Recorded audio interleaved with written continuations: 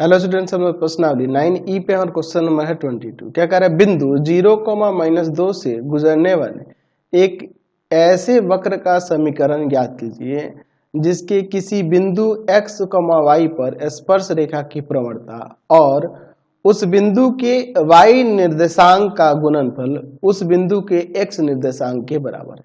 देखिए क्या कह रहा है कि बिंदु x, y पर स्पर्श रेखा की प्रवणता। अच्छा, अगर हम लोग बात करेंगे बिंदु बिंदु एक्स वाई पर स्पर्श रेखा की प्रवणता यानी कि ढाल, तो हम लोग को किससे सूचित करते हैं? वो d y by d x से सूचित करते हैं। आपके क्वेश्चन में क्या कर रहा है कि ये d y by d x और वाई निर्देशांक का गुणनफल जो है एक्स निर्देशांक के बराबर है।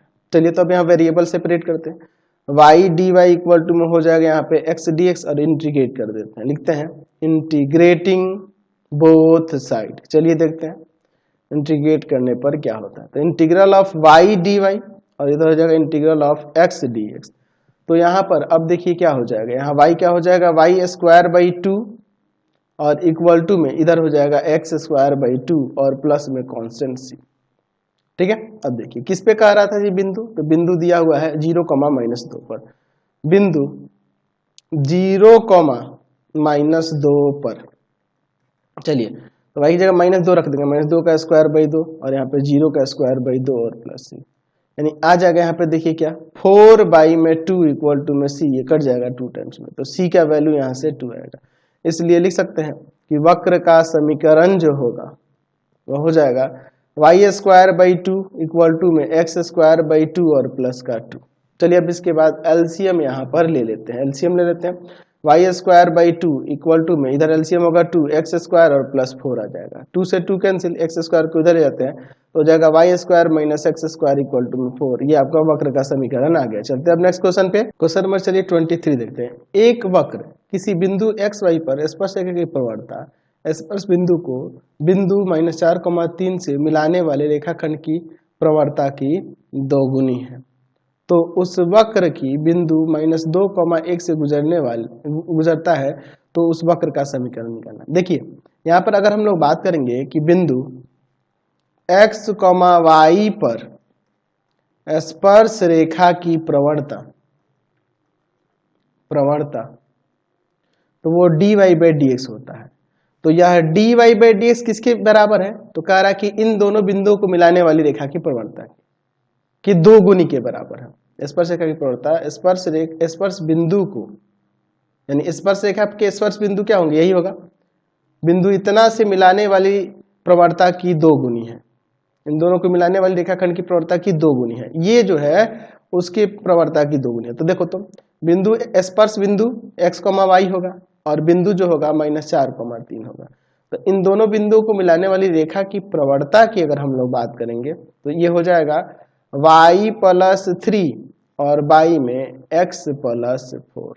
ये ना होगा जी प्रवणता, आप जानते हैं ना जी प्रवणता के लिए क्या हो जाता है, यहाँ पर y2 - y1 y में x2 - x1 ऐसे नहीं करते हैं जी, तो ये हो जाएगा प्रवणता। तो क्या कह रहा है कि स्पर्श रेखा की जो प्रवणता है स्पर्श बिंदु यानी x y और इस बिंदु को मिलाने वाली रेखा की प्रवणता की 2 गुनी है, यानी कि इस प्रवणता की यह 2 गुना है ना जी, तो इसमें हम लोग 2 से गुना कर देंगे। चलिए तब वेरिएबल सेपरेट करते हैं। तो डी वाई बाई में y + 3 इक्वल टू में 2 इंटू में dx बाई में x प्लस का 4। अब इंटीग्रेट करते हैं, यहाँ पर लिखते हैं इंटीग्रेटिंग बोथ साइड। चलिए देखिए बोथ साइड इंटीग्रेट करने पे क्या होगा, integral of d y by में y प्लस का 3 और यहाँ 2 इंटू में इंटीग्रल ऑफ dx बाई में x प्लस का 4।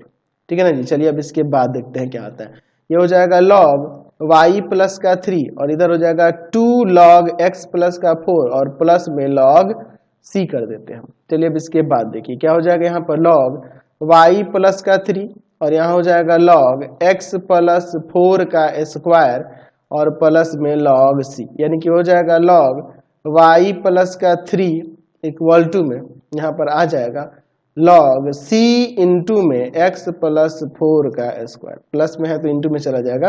अब यहाँ पे देखिए बिंदु दिया था ना ऊपर -2, 1 पर बिंदु -2, 1 पर। तो इसमें देखो ना, पहले लॉग हटा दो तो y + 3 इक्वल टू में हो जाएगा c इंटू में x + 4 का स्क्वायर। चलिए देखते हैं, x की जगह -2, y की जगह 1, ठीक, y की जगह 1 है ना, और x की जगह -2, c इंटू -2 + 4 का स्क्वायर। यहाँ देखिए 4, इधर जगह यहाँ 2 का स्क्वायर, तो ये भी 4 ये भी 4, तो कट के आ जाएगा c का वैल्यू 1। इसलिए वक्र का समीकरण क्या हो जाएगा, वक्र का समीकरण हो जाएगा यहाँ पर y + का 3 इक्वल टू में c की जगह 1 और इंटू में x + 4 का होल स्क्वायर, यानी कि y + 3 इक्वल टू में आ जाएगा x + 4 का होल स्क्वायर। ये आपका वक्र का समीकरण आ गया। चलते हैं नेक्स्ट क्वेश्चन पे। क्वेश्चन नंबर 24 देखिए क्या कह रहा है, एक गुब्बारा, गोलाकार गुब्बारे का आयतन जिसमें हवा भर कर फुलाया जा रहा है स्थिर गति से बदल रहा है, यानी कांस्टेंट दर से बदल रहा है, ठीक है ना जी। कह रहा है कि यदि आरंभ में इस गुब्बारे की त्रिज्या 3 है और 3 सेकंड बाद 6 इकाई है, तो t सेकंड बाद उसकी त्रिज्या क्या होगी। चलिए तो यहाँ पे मान लेते हैं कि माना किसी समय t में गुब्बारे की त्रिज्या r तथा आयतन भी है, ऐसा ले लेते हैं। तो क्या कह रहा है कि आयतन में समय के सापेक्ष परिवर्तन कितना हो रहा है, कांस्टेंट हो रहा है, अचर हो रहा है ना, स्थिर गति से बदल रहा है। चलिए तो हम लोग यहाँ पर डी भी इक्वल टू में यहाँ पर k dt कर सकते हैं।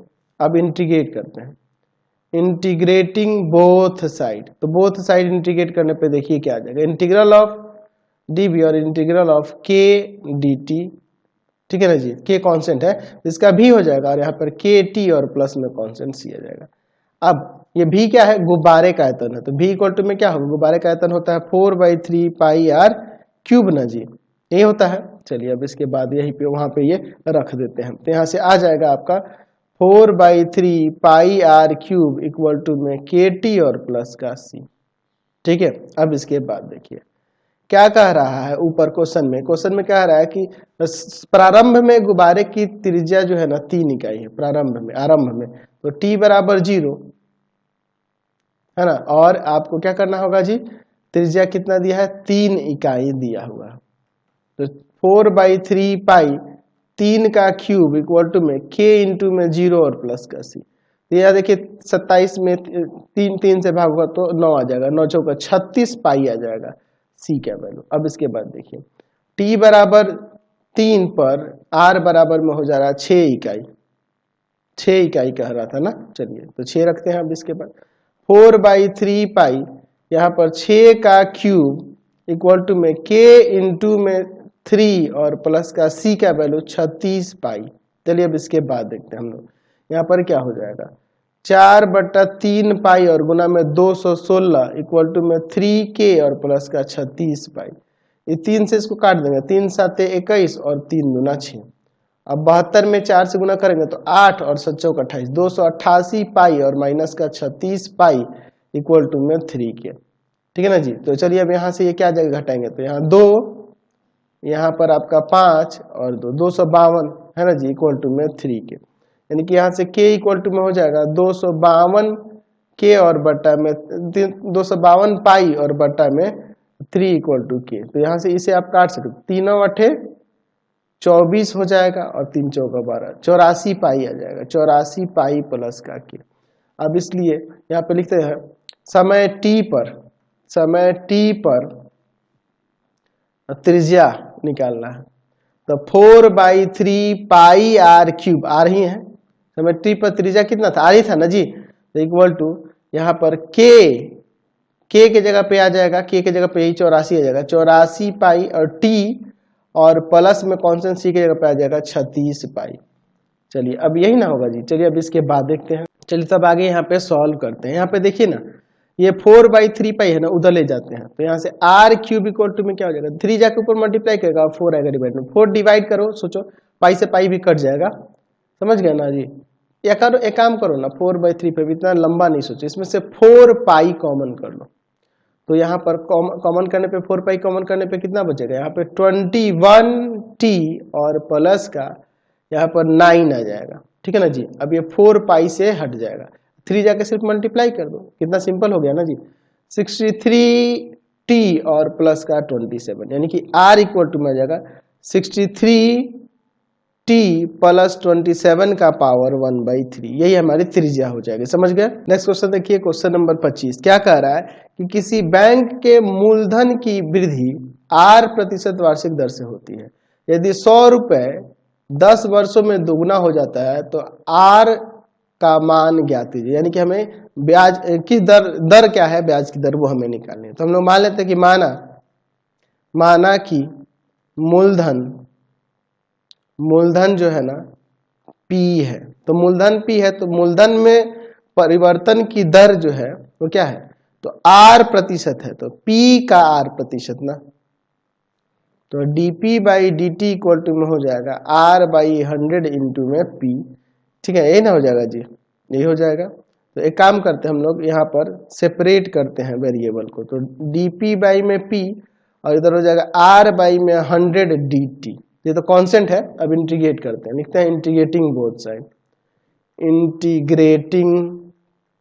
बोथ साइड, तो क्या हो जाएगा इंटीग्रल ऑफ dp/ में P और इधर हो जाएगा r/100 इंटीग्रल ऑफ dt। चलिए अब इसके बाद हम लोग यहाँ पर देखते हैं, तो ये हो जाएगा log P, ठीक है ना जी, और इधर आ जाएगा r/100 t और प्लस का c। अब इसके बाद देखिए क्या कह रहा है कि 100 रुपए जो है ना 10 वर्ष में दोगुना हो जाता है, यानी कि अगर t बराबर 0 ले ले, समय 0 पर, तो आपका जो मूलधन है वो कितना होगा, 100 का 100 ही रहेगा, है ना जी।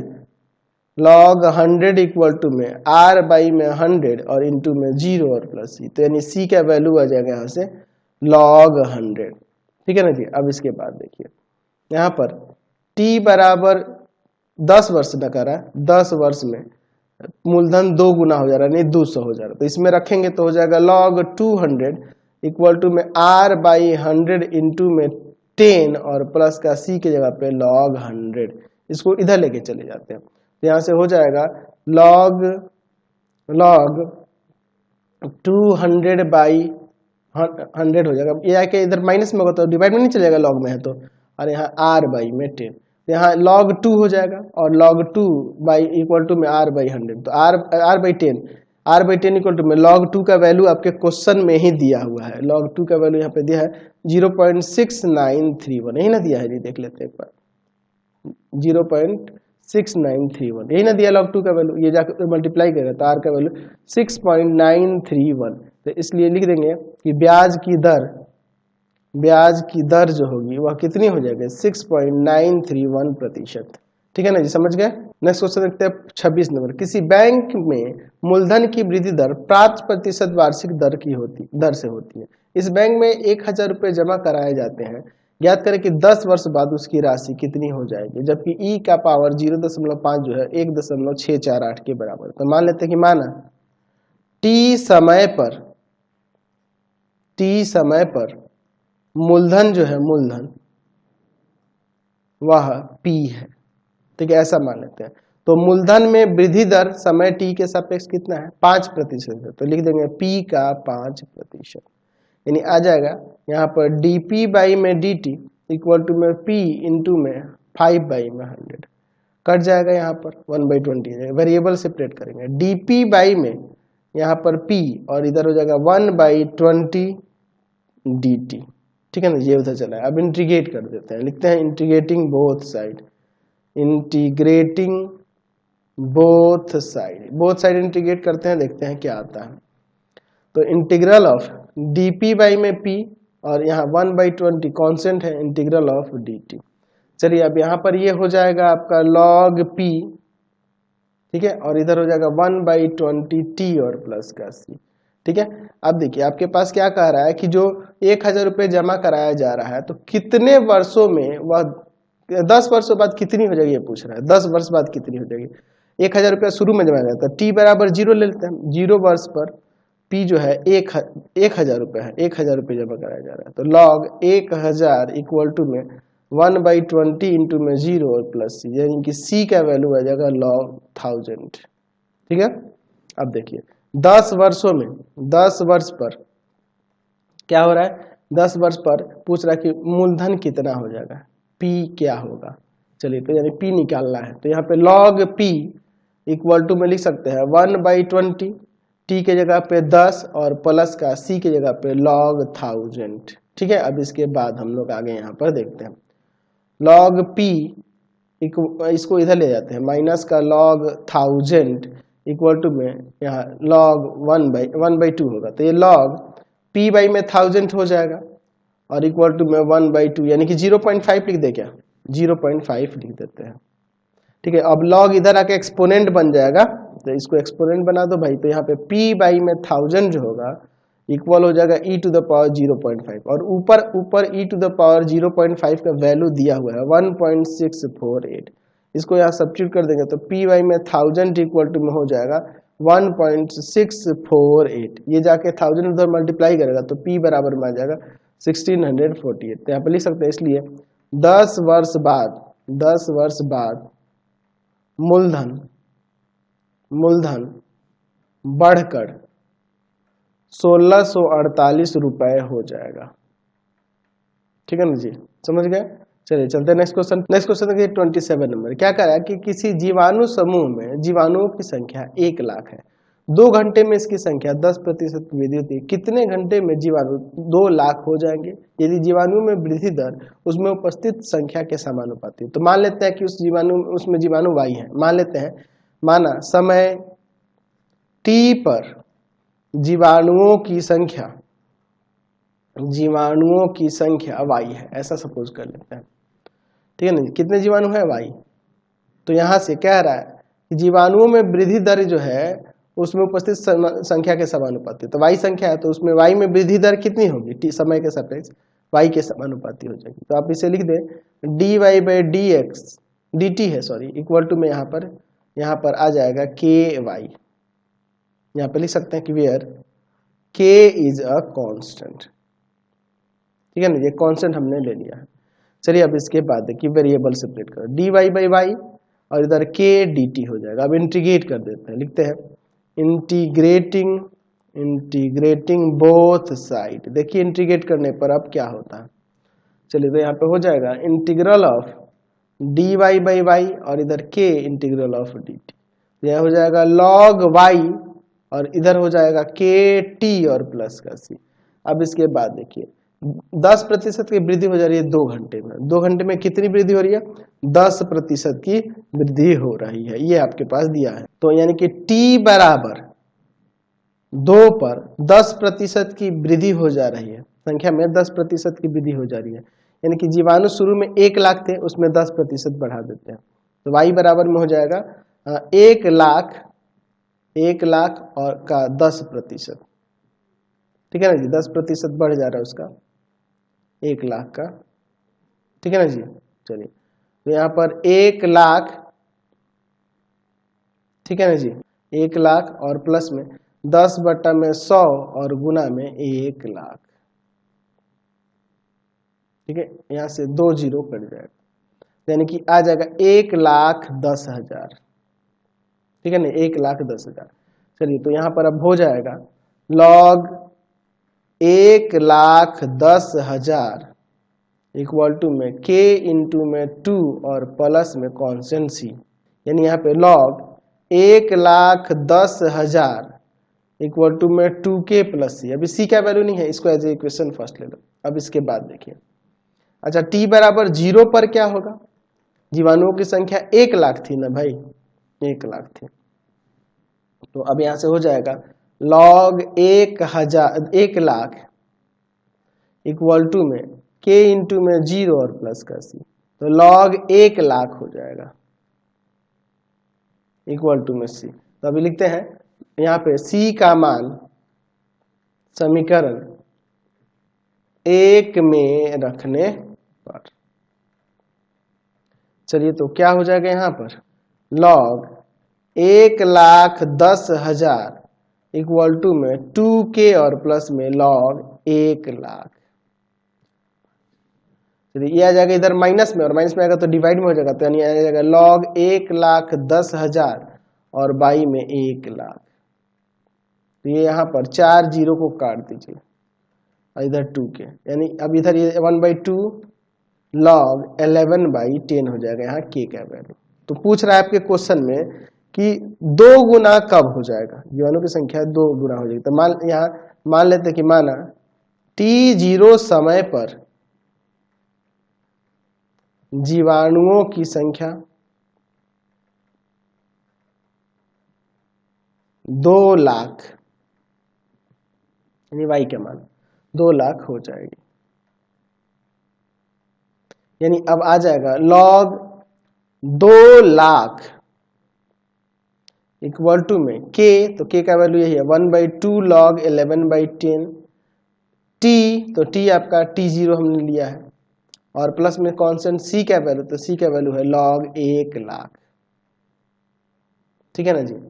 चलिए तो एक काम करते हैं, ये ला के इधर माइनस में लाएंगे तो डिवाइड में आ जाएगा, है ना जी। तो हो जाएगा log 2 लाख और बाई में log 1 लाख हो जाएगा, इक्वल टू में इधर 1/2 log 11/10 t0। तो यहाँ पे आ जाएगा log 2, देख लो सब जीरो कट जाएंगे, log 2 और ये डिवाइड वाला 2 इधर लगे मल्टीप्लाई में, और बाई में ये नीचे आ जाएगा log 11/10, ये आपका t0 आ जाएगा। तो इसलिए कह सकते हैं कि 2 log 2 बाई में log 11/t घंटों में जीवाणु 1 लाख से 2 लाख हो जाएंगे, 2 लाख हो जाएंगे। ठीक है ना, ऐसा हम लोग यहाँ कह सकते हैं। समझ गए। तो आज की क्लास में इतना ही है, आपका एक्सरसाइज कंप्लीट हो गया। नेक्स्ट वीडियो में आगे देखेंगे। आपको हमारे 3 चैनलों को सब्सक्राइब करना होगा। पहला है pathfinder classes Chhapra, pathfinder classes Chhapra. दूसरा है आपके पास भारती भवन रविकांत सर, भारती भवन रविकांत सर। और तीसरा चैनल है Ravikant sir RD Sharma solution, Ravikant sir RD Sharma solution, RD Sharma solution. तीनों चैनलों को सब्सक्राइब कर लेंगे। इससे रिलेटेड वीडियो के लिए सीधे डिस्क्रिप्शन में, इससे रिलेटेड नोट्स के लिए गूगल पे जाकर सर्च करेंगे www.ravikantsir.in, और यहाँ जाकर आप सभी क्लासेस के नोट्स, उनके PDF को डाउनलोड कर सकते, पढ़ सकते हैं। इंस्टाग्राम और फेसबुक पे जाकर पाथफाइंडर क्लासेस छपरा को लाइक एंड फॉलो करना नहीं भूलेंगे। Thanks for watching the video. Comment करके जरूर बताएं कि हमारे चैनल के वीडियोज आप सभी को कैसे लगते हैं। Thanks for watching.